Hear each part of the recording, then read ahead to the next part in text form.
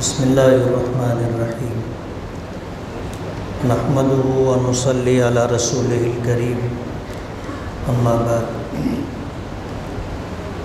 हज़रात उलमाए किराम, मुफ्तियान निज़ाम, अइम्मा किराम, मस्जिद के ट्रस्टी हज़रात, आज इस वक्त हम लोग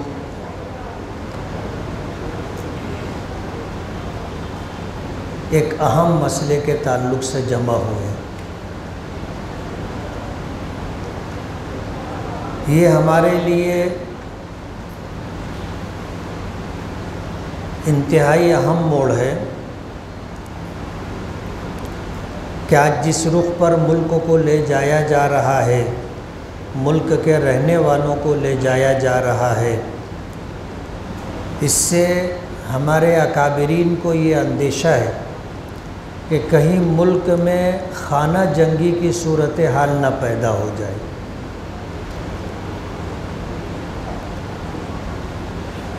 हमें अल्लाह की रहीम व करीम ज़ात से उम्मीद है कि हम जिस मज़हब के मानने वाले हैं, अगर उस मज़हब की हम लोग पासदारी करेंगे, अल्लाह उसके रसूल के हुक्मों को सामने रख करके हम अपना लाए अमल तय करेंगे, तो इंशाअल्लाह हमारा दीन भी महफूज रहेगा, हमारी जान और माल ये भी महफूज रहेगा। इसलिए कि अल्लाह ने जो दीन हमें अता किया है, इस दीन पर अमल करने में दुनिया और आखिरत दोनों की बका, दोनों की हिफाजत, दोनों जहां में कामयाबी मुज़मर है। अल्लाह ताला इस कायनात के खालिक भी हैं, मालिक भी। अल्लाह ही ने पैदा किया है और ये पूरी कायनात अल्लाह ही की मिल्कियत है। आज जो हालात है अल्लाह के इल्म में पहले से, जो हालात गुज़र गए वो भी अल्लाह जानते हैं, और क़यामत तक जो हालात आएंगे अल्लाह ताला उससे भी पूरी तरह बाखबर है। कोई चीज़ अल्लाह से मख्फी नहीं है, पोशीदा नहीं है। अल्लाह ने माकाना मायकूनु का इल्म अल्लाह के पास है। उसके पेशे नज़र जो अहकामात दिए गए हैं, उन अहकामात में हमारे लिए कामयाबी भी है, इज़्ज़त व सरबुलंदी भी है, और दोनों जहां में हमारे लिए खैर और भलाई भी है। आज इस वक्त हम लोग अज़ान के मसले पर जमा हुए। मक्की ज़िंदगी और मदनी ज़िंदगी आप देखोगे तो आपको अंदाज़ा होगा कि क़यामत तक जितने हालात आएंगे उसका हल इन्हीं दोनों ज़िंदगियों में से निकलेगा। अल्लाह के नबी सल्लल्लाहु अलैहि वसल्लम को नबूवत मिली, आपकी उम्र मुबारक 40 साल हो चुकी थी। इस्लाम इब्तिदाई दौर में था। पहले सिर्फ ईमान की बात होती थी कि या अय्युहन्नास क़ूलू ला इलाहा इल्लल्लाह तुफ़्लिहू, कि ऐ लोगो ला इलाहा इल्लल्लाह कहो, कामयाब हो जाओगे। और कहने का मतलब यही था कि इसका ज़ुबान से इकरार हो, दिल से उसकी तस्दीक हो और इस पर अमल किया जाए। बात सिर्फ यही थी। उस ज़माने में जिन लोगों ने ईमान कबूल किया, यानी अल्लाह के नबी सल्लल्लाहु अलैहि वसल्लम की दावत को कबूल किया, तो सिर्फ ईमान लाने के मुकल्लफ़ थे। ईमान लाए, अगर उनका इंतकाल हो गया तो जाहिर बात है नमाज भी नहीं थी, रोज़ा भी नहीं था, ज़कात भी नहीं थी, हज भी नहीं था। वो उनकी नजात के लिए काफ़ी है। एक ग़ज़वे के मुताल्लिक़ आता है कि अल्लाह के नबी सल्लल्लाहु अलैहि वसल्लम अपने सहाबा को ले कर के एक ग़ज़वे में शिरकत के लिए जा रहे थे। रास्ते में एक शख्स ने ईमान कबूल किया। उसने कहा कि मैं आपके साथ जंग में शरीक होना चाहता हूँ। हुजूर ने फरमाया पहले ईमान लाओ, उसके बाद जिहाद करो, ईमान के बग़ैर जिहाद नहीं। तो उन्होंने ईमान कबूल किया, जिहाद में शरीक हो गए और शहीद हो गए। एक नमाज नहीं पढ़ी, एक रोज़ा नहीं रखा, ज़कात नहीं दी, हज नहीं किया, और भी इस्लामी अहकामात थे, उनको अमल करने का मौका और वक्त नहीं मिला। ईमान लाए, जिहाद जंग में शरीक हुए, शहीद हो गए, जन्नत में। तो ये सवाल लोग करते हैं कि बताओ वो कौन से सहाबी हैं जिन्होंने ना कोई नमाज़ पढ़ी, ना रोज़ा रखा, ना ज़कात दी, ना हज किया, फिर भी जन्नत में? वो यही सहाबी। मक्की ज़िंदगी ईमान पर ज़्यादा मेहनत होती रही, अहकामात तो बाद में आए। जब आप मेराज में तशरीफ़ ले गए तो नमाज का हुक्म मिला। उससे पहले नमाज फ़र्ज़ नहीं थी इस उम्मत पर। अगरचे पिछली उम्मतों में लोग नमाज पढ़ते थे, किसी पर एक वक्त की नमाज फ़र्ज़ थी, किसी पर 2 वक्त की नमाज फ़र्ज़ थी, लेकिन इस उम्मत पर अभी नमाज की फ़र्ज़ियत का हुक्म नहीं आया था। नबी करीम सल्लल्लाहु अलैहि वसल्लम ताइफ तशरीफ़ ले गए और ताइफ से ज़ख्मी हालत में वापस आए,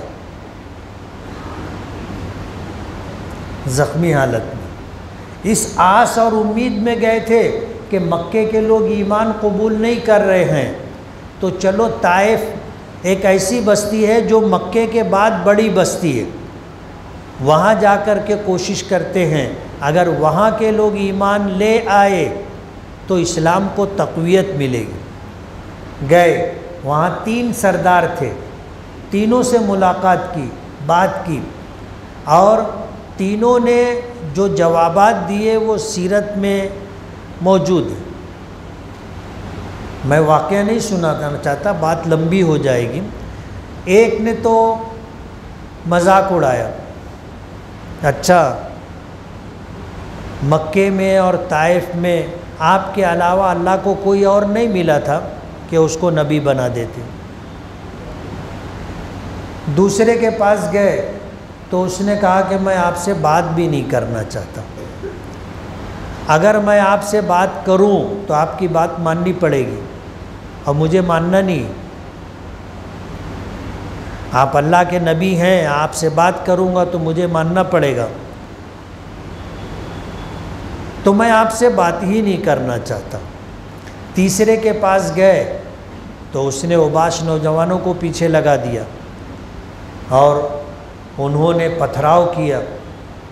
हुजूर पाक सल्लल्लाहु अलैहि वसल्लम ज़ख्मी हो गए, आपके जिस्म मुबारक से खून बहा, आपकी जूतियों में आ गया।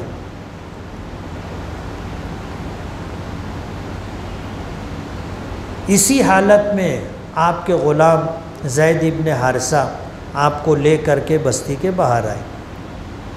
किताबों में आता है, हदीस पाक में, कि जिब्राइल आए और पहाड़ों पर मामूर जो फरिश्ते थे उनको ले कर के आए और आकर के सलाम किया, अर्ज़ किया कि ये वो फरिश्ते हैं जो पहाड़ों पर मामूर हैं, अगर आप हुक्म दोगे तो दोनों तरफ के पहाड़ों को इस तरह मिला दिया जाएगा कि ये ताइफ की पूरी बस्ती इसके दरमियान ऐसे पिस जाएगी जैसे चक्की के 2 पाटों के दरमियान आटा पिसता है। आप हुक्म दें। तफसीली वाक़या है, हुजूर ने दुआ भी मांगी थी और बड़ी अजीब व गरीब दुआ है। हुजूर ने फरमाया कि नहीं, अल्लाह ने मुझे रहमत बना करके भेजा है, ज़हमत और मुसीबत बना करके नहीं भेजा है। और आपने फरमाया कि अगर ये ईमान नहीं लाते तो इनकी औलादें ईमान लाएंगी। और हुजूर की बात अल्लाह ने पूरी की और ताइफ के लोगों ने ईमान कबूल किया और हिंदुस्तान पाकिस्तान, बांग्लादेश, इस इलाके में जो ईमान आया ये ताइफ के उन लोगों के ज़रिए आया जिन्होंने ईमान कबूल किया था।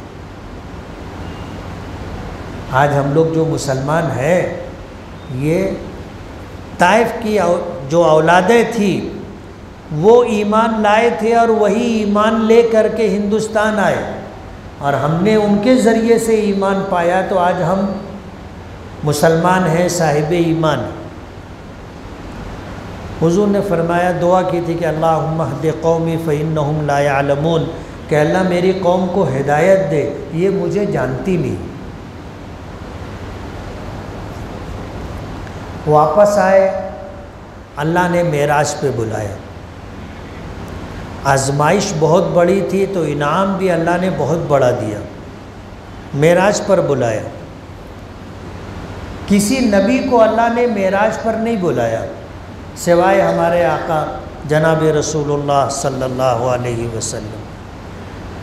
आप अर्श पर गए तो आपने अल्लाह की बारगाह में अपनी तरफ से और क़यामत तक आने वाली अपनी उम्मत की तरफ से तोहफ़ा पेश किया। अत्तहियातु लिल्लाहि वस्सलावातु वत्तय्यिबातु, कि तमाम कौली इबादतें, तमाम फ़ेली इबादतें, तमाम माली इबादतें ऐ अल्लाह सिर्फ़ तेरे लिए।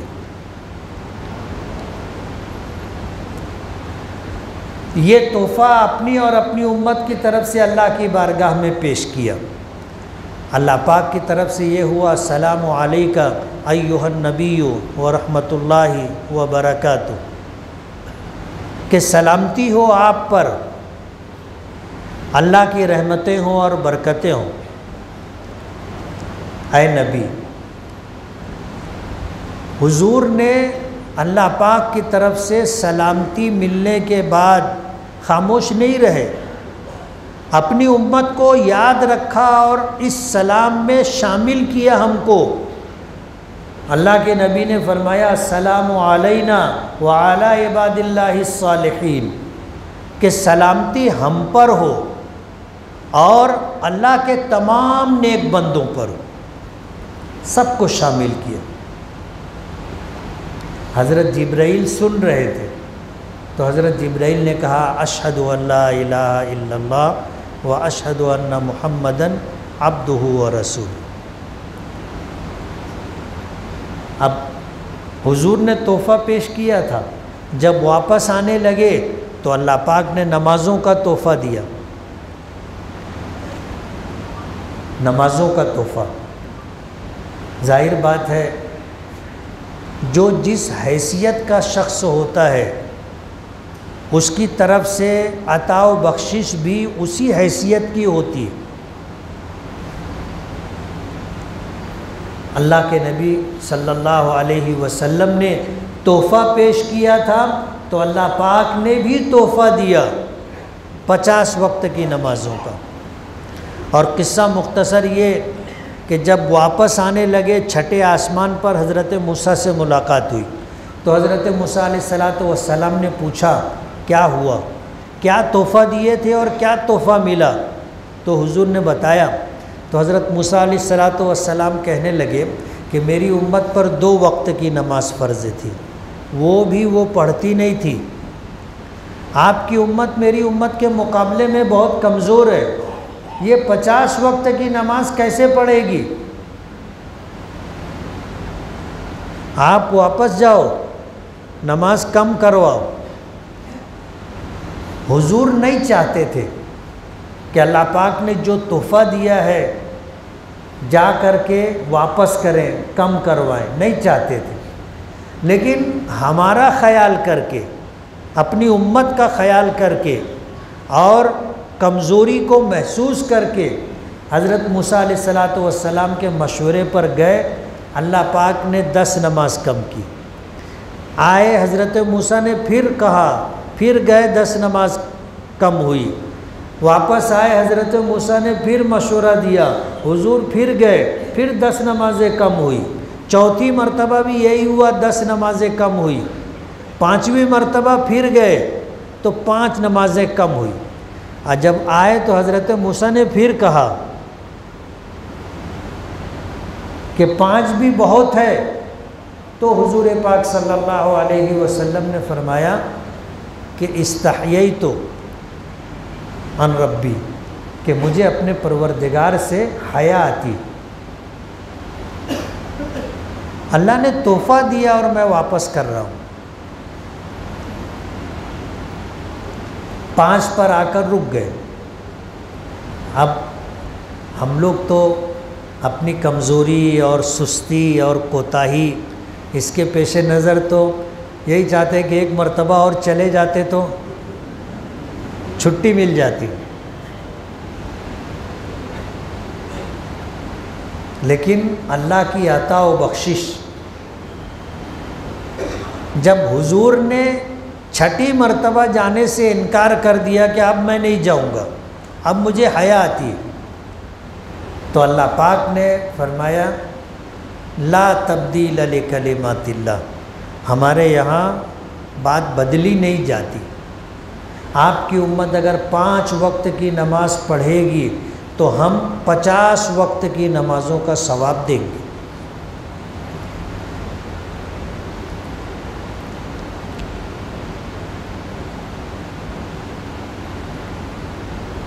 और ये मामूली बात नहीं है,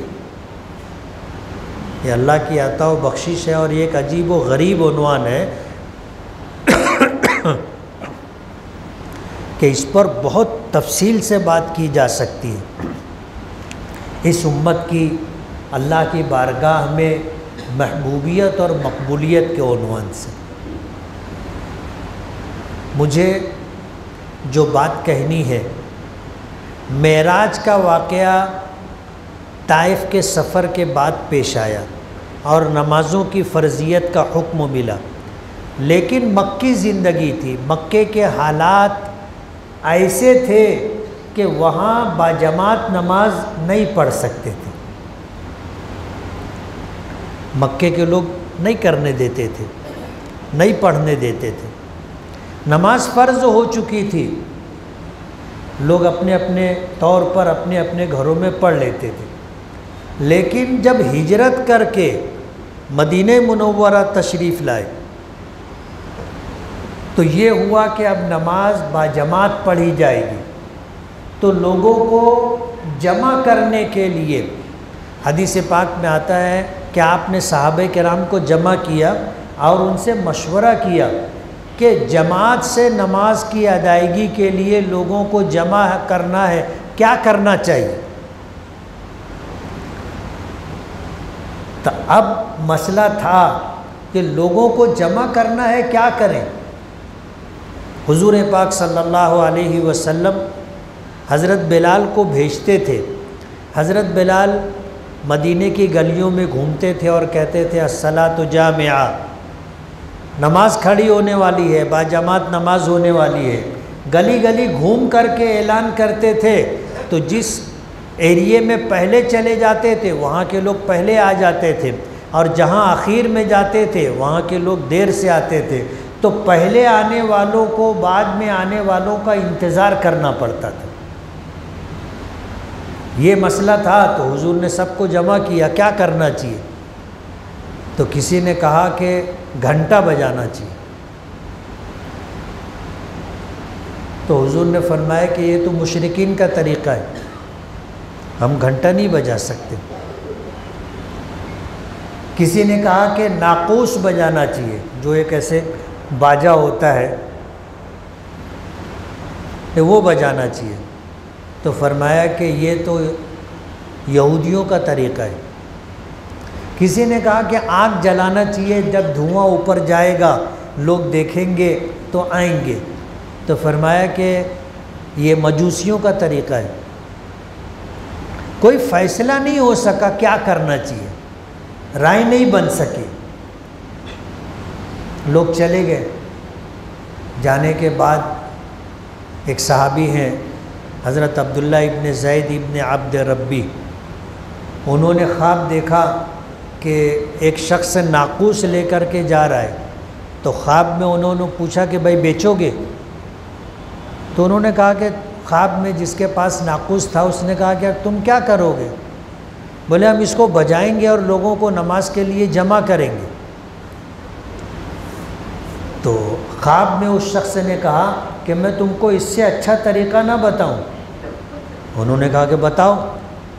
तो उन्होंने नाक़ूस ज़मीन पे रखा और किबला रुख हो करके थोड़ा ऊंचे पे टीले पे चढ़ करके उन्होंने अज़ान दी, अल्लाहु अकबर अल्लाहु अकबर अल्लाहु अकबर अल्लाहु अकबर, अशहदु अल्ला इलाहा इल्लल्लाह, अशहदु अल्ला इलाहा इल्लल्लाह, अशहदु अन्ना मुहम्मदर रसूलुल्लाह, अशहदु अन्ना मुहम्मदर रसूलुल्लाह, हय्या अलस सलाह हय्या अलस सलाह हय्या अलल फलाह हय्या अलल फलाह, अल्लाहु अकबर ला इलाहा इल्लल्लाह। अब ख्वाब में इन्होंने सुना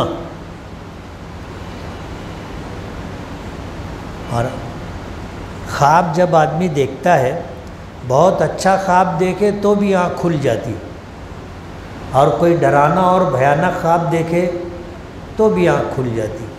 अब इन्होंने ख्वाब देखा और आँख खुल गई, बेचैन हो गए, बेचैन हो गए। मस्जिद नबवी पहुँच गए, फजर की नमाज से पहले मस्जिद नबवी पहुँच गए। अब जब वहाँ पहुँचे और जा कर के हुजूर को अपना ख्वाब बताया कि मैंने ऐसा ऐसा ख्वाब देखा है, तो हुजूर ने उनके ख्वाब को सुना, उस ख्वाब की तायीद और तस्दीक की, और फिर हज़रत बिलाल को हुक्म दिया कि तुम ऊंची जगह खड़े हो जाओ, और कहा कि तुम जो अज़ान में कलिमात सुने हो इनको बताओ। और ये फरमाया फ़इन्नहु अंदा सौतम मिनका, कि ये बिलाल की आवाज़ तुम्हारी आवाज़ से बहुत बुलंद है। तो ये बताते रहे और हज़रत बिलाल वही कलिमात बुलंद आवाज़ से कहते रहे। अब अज़ान होने लगी तो हज़रत उमर भी दौड़ते दौड़ते आए। उन्होंने आकर हुजूर से अर्ज़ किया कि अल्लाह के रसूल, मैंने ख्वाब देखा है, और यही ख्वाब जो इन्होंने देखा तो वही ख्वाब हज़रत उमर ने देखा था। उन्होंने सुनाया, हुजूर ने तायीद की। अज़ान ऐसे आई। मुझे जो बात कहनी है, मक्की ज़िंदगी में अज़ान नहीं थी, नमाज थी, हालात साजगार नहीं थे। मदनी ज़िंदगी में हालात साजगार हुए, बाजमात नमाज की अदायगी का एहतमाम हुआ। हुजूर ने मदीना पहुँच करके अपना घर बनाने से पहले ज़मीन ख़रीदी, मस्जिद बनाई, नमाज बाजमात का एहतमाम किया, और अज़ान इस तरह मिली, अज़ान दी जाने लगी, फिर बुलंद आवाज़ से अज़ान दी जाने लगी। और ये सिलसिला उस वक्त से आज तक जारी है और क़यामत तक जारी रहेगा इंशाअल्लाह, क़यामत तक जारी रहेगा। माजी में कभी भी हम तादाद में ज़्यादा नहीं रहे, कम ही रहे, और ये सिलसिला हमेशा बाकी रहेगा। हम हर ज़माने में कम रहेंगे। अल्लाह को ना मानने वालों की तादाद मानने वालों के मुकाबले में ज़्यादा ही रहेगी, लेकिन इस्लाम ख़त्म नहीं होगा। इस्लाम बाकी रहेगा और तरक्की करता रहेगा। हमारे लिए मायूसी की बात नहीं है। ये जो इतनी लंबी तमहीद बांध करके मैं अपनी बात जो कहना चाहता हूँ वो ये कि हालात आज के जो हैं इससे ज़्यादा भी सख्त हो जाएंगे, तो हमारे पास रास्ता है। अल्लाह उसके रसूल के अहकामात हैं, मक्की और मदनी ज़िंदगी है। हमें क्या करना रहेगा, हमारे पास मिसाल मौजूद है, और कभी हम कम नहीं होंगे। ये तादाद हमारी बढ़ती रहेगी, और एक वक्त आएगा कि रुए ज़मीन पर इस्लाम के अलावा कोई मज़हब नहीं रहेगा। ये हुजूर की पेशन गोई है। हुजूर ने फरमाया, ला यबका अला ज़ाहरिल अर्ज़ बैत मदरिन वला वबरिन इल्ला अदखलहुल्लाहुल इस्लाम बिइज़्ज़ अज़ीज़िन औ ज़िल्ल ज़लीलिन। कि रुए ज़मीन पर कोई कच्चा पक्का मकान बाकी नहीं रहेगा, हर जगह अल्लाह का दीन पहुँचेगा, अल्लाह की बात पहुँचेगी। कबूल करने वाले इज़्ज़त से कबूल करेंगे, नहीं को इज़्ज़त से कबूल करेंगे जलील होकर के कबूल करना पड़ेगा। सिर्फ इस्लाम रहेगा, सारे मज़ाहिब ख़त्म हो जाएंगे। फिर एक वक्त आएगा कि फिर इस्लाम के ख़िलाफ़ लोग निकल पड़ेंगे और उसके बाद इस्लाम कम होना शुरू हो जाएगा। इस्लाम के बरखिलाफ़ शिर्क और कुफ्र को मानने वाले लोग बढ़ने लगेंगे और फिर एक वक्त आएगा कि रुए ज़मीन पर एक शख्स भी अल्लाह का नाम लेने वाला बाकी नहीं रहेगा। अल्लाह पाक क़यामत ले आएंगे, दुनिया ख़त्म हो जाएगी। ये पेशन गोई है और हर हाल में ऐसा ही होगा। तो अभी तो वो वक्त आना बाकी है कि पूरी दुनिया में सिर्फ इस्लाम रहेगा। इसलिए हमें मायूस होने की ज़रूरत नहीं। ये छोटे मोटे हालात आते रहेंगे, हमको झेलना रहेगा। थोड़ा सा 1400 साल पीछे जाना पड़ेगा और हमें देखना पड़ेगा कि मक्की ज़िंदगी में क्या था, मदनी ज़िंदगी में क्या था, और हमको वहाँ से रास्ता मिलेगा। मुशरिकीन की पूरी कोशिश है इस्लाम और मुसलमानों को मिटाने की, ख़त्म करने की, कभी कामयाब नहीं होंगे। और जब ये दिन आएगा तो अल्लाह दुनिया भी बाकी नहीं रखेंगे, ख़त्म कर देंगे। इसलिए आज के जो हालात हैं अज़ान को लेकर के, ये पिछले चंद सालों से चल रहे हैं, पिछले चंद सालों से चल रहे हैं। आपको याद होगा जब इस तरह के हालात आए थे तब भी जमीयत उलमा ने लोगों को जमा किया था और हमने कोशिश की थी, और मालेगांव में वो हालात नहीं आए जो आज हैं। मैं भी पिछले हफ्ते में औरंगाबाद जाना हुआ, तमाम मस्जिदों से भोंगे उतरवा दिए गए। नासिक में मस्जिदों से भोंगे उतरवाए गए, बम्बई में मस्जिदों से भोंगे उतरवाए गए, पूना है, पिंपरी चिंचोड़ है, कोल्हापुर है, मेरठ है, सांगली है, सब जगह ये हो रहा है। और कानूनी तौर पर इसका मुकाबला भी किया जा रहा है। पुलिस अपने हद से तजावुज़ कर रही है। सुप्रीम कोर्ट का फ़ैसला कुछ और है, हाई कोर्ट का फ़ैसला कुछ और है, और महाराष्ट्र के डीजी का फ़ैसला कुछ और है, और महाराष्ट्र के डीजी के कहने पर पुलिस डिपार्टमेंट अलग अलग मकामात पर अपने तौर पर ये सब कुछ कर रही है। लेकिन जाहिर बात है कि ये कोर्ट का ऑर्डर नहीं है कि आप मस्जिदों से भोंगे उतार दो। अभी एडवोकेट नियाज़ लोधी साहब ने सुप्रीम कोर्ट और हाई कोर्ट के फ़ैसले पर बहुत मुख्तसर बात की। हम हाई कोर्ट और सुप्रीम कोर्ट के फ़ैसले और जो रहनुमायाना हिदायत हैं उसको हम लोग अखबारात में शाये करवा देंगे, आप सब लोग देख लोगे। मुझे जो बात कहनी है कि आज मालेगांव में नोटिसें बँट रही हैं, नोटिसें बँट रही हैं, और हमसे जो नहीं पूछना चाहिए वो भी पूछा जा रहा है, जो नहीं मांगना चाहिए हमसे वो भी मांगा जा रहा है। पुलिस इस तरह की हरकत कर रही है।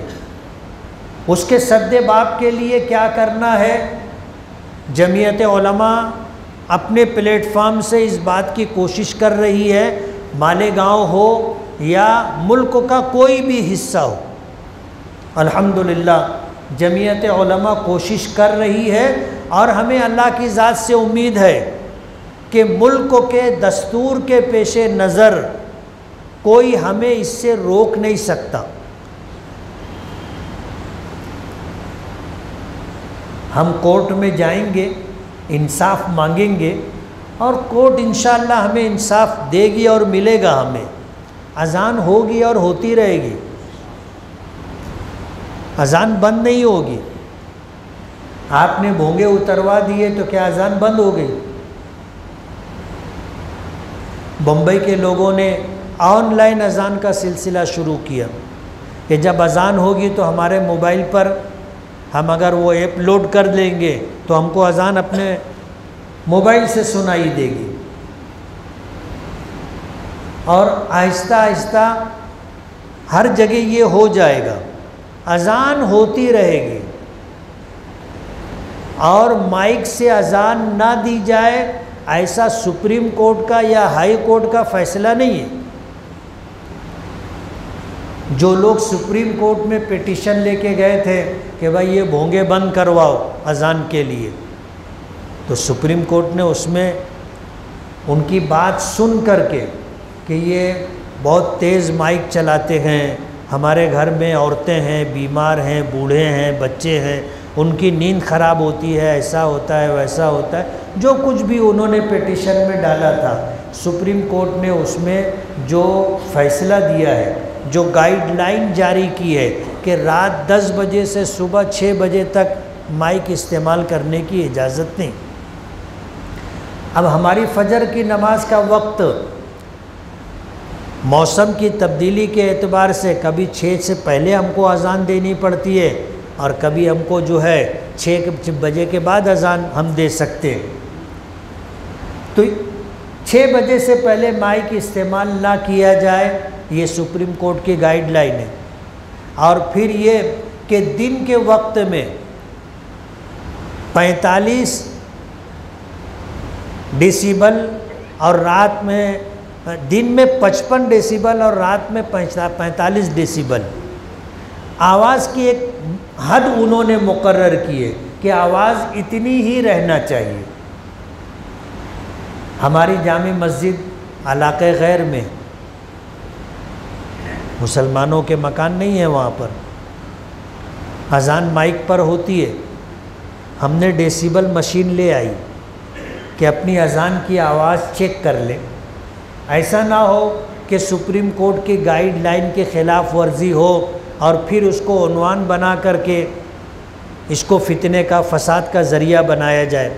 हमने पुलिस स्टेशन से परमिशन भी ले लिया, जैसा कि सुप्रीम कोर्ट की गाइडलाइन है कि माइक इस्तेमाल करने के लिए आपके पास NOC चाहिए, परमिशन चाहिए, तो हमने परमिशन भी ले लिया और आवाज़ की जो लिमिट सुप्रीम कोर्ट की गाइडलाइन के हिसाब से है वो भी हमने रख ली। और हमें ये अंदेशा था कि कहीं ऐसा ना हो कि ये मसला हमारी मस्जिद से शुरू हो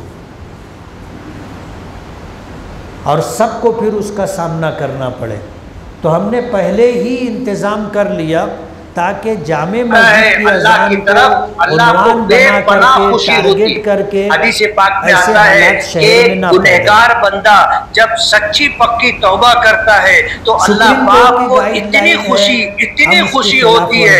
उसकी मिसाल हुजूर ने दी कि अगर कोई शख्स जंगल में सफर कर रहा हो, कार्रवाई हो, धूप का वक्त हुआ, किसी आज जो सूरत हाल है, हम लोगों को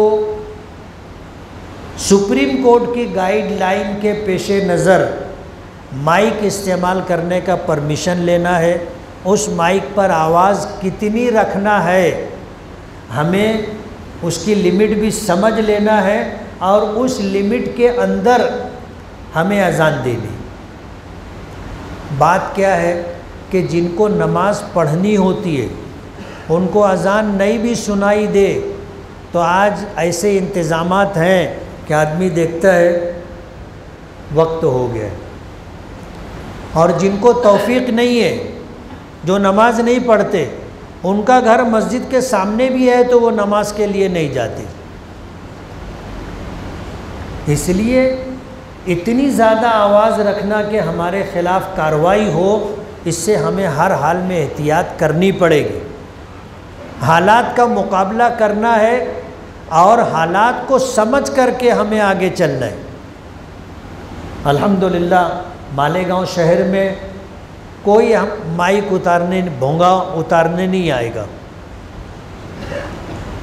आज हमें नोटिस दी जा रही है और नोटिस में क्या नोटिस दी गई है आपको मालूम है, क्या जवाब देना है, हम लोग उसकी तैयारी कर रहे हैं। आपको अभी फॉर्म दिया गया है, आप अपनी मस्जिद का नाम, मस्जिद के ज़िम्मेदार का नाम, इमाम का नाम, मुअज्जिन का नाम, मस्जिद का एड्रेस पता डाल दें।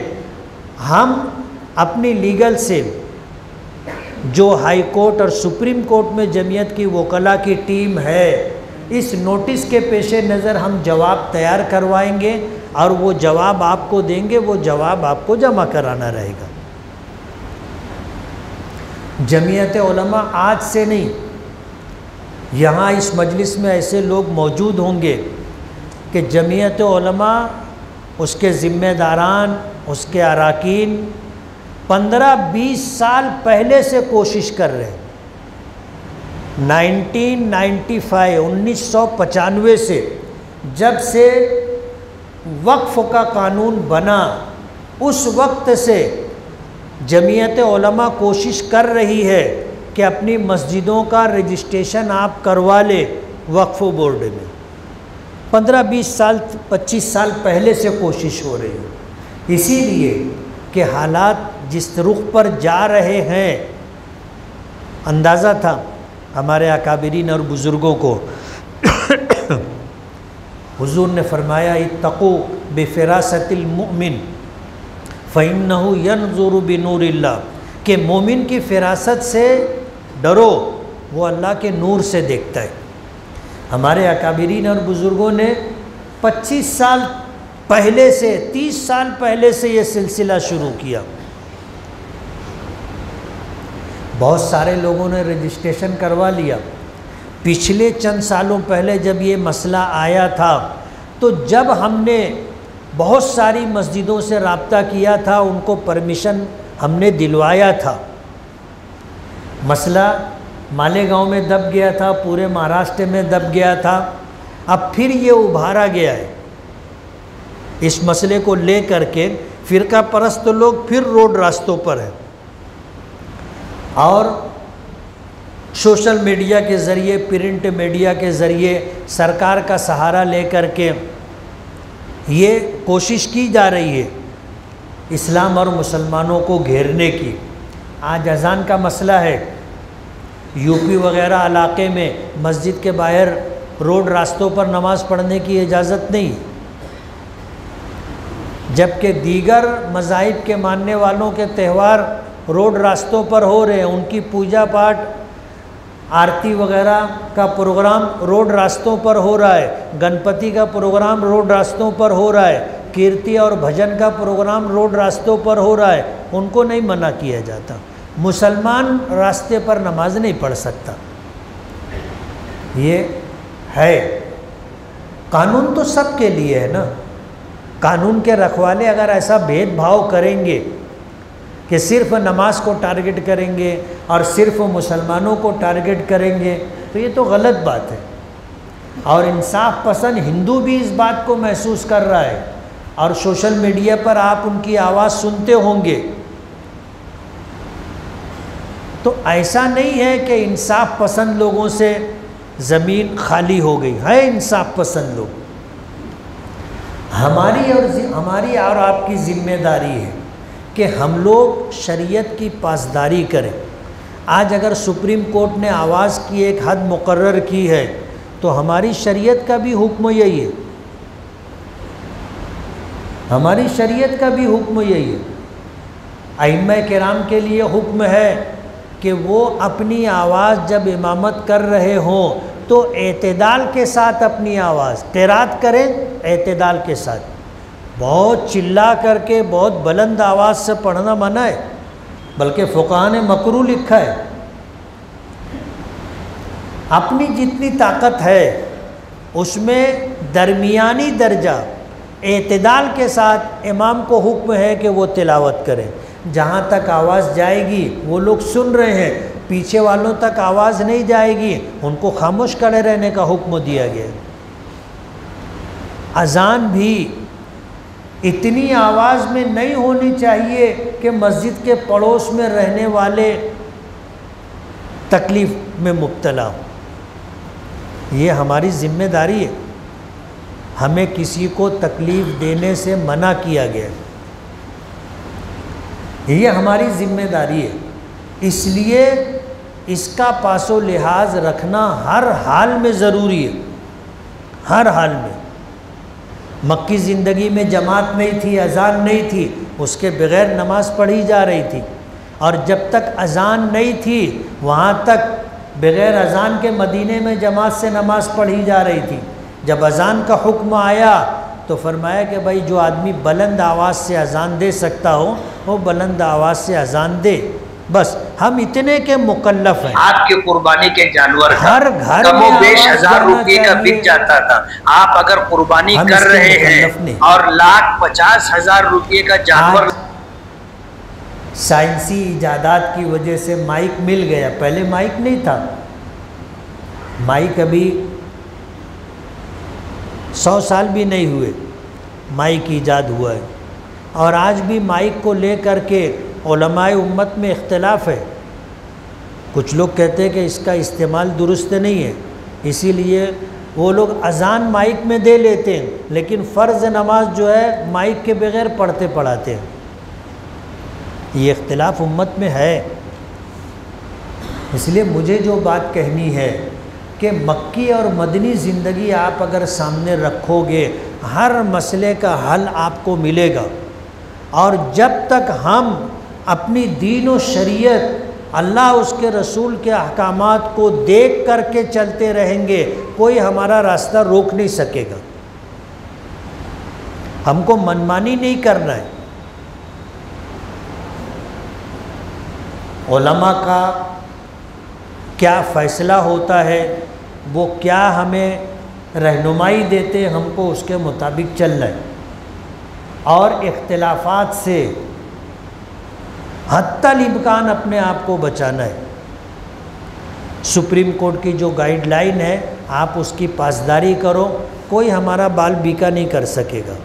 और अगर कोई अपनी हद से तजावुज़ करेगा, जमीयत उलमा है, दीगर मुस्लिम तंजीमें हैं, इंशाअल्लाह आपको इंसाफ दिलाएंगी। इसलिए मायूसी की बात नहीं है। अभी आपको फॉर्म दिया गया, आप भर के दे दीजिए।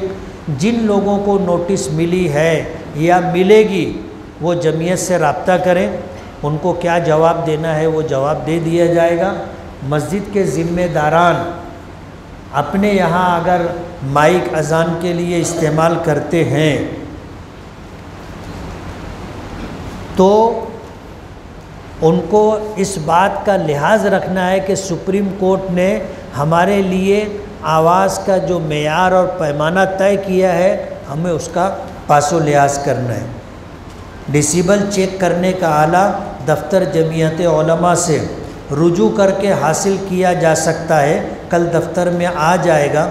इसी तरह नोटिस मिलने पर फॉर्म भरने के लिए ही फॉर्म भरने के लिए भी दफ्तर से रुजू किया जा सकता है। तो हम आप के साथ हैं और जमीयत उलमा इंशाअल्लाह आपकी कानूनी तौर पर, शरई तौर पर रहनुमाई करेगी।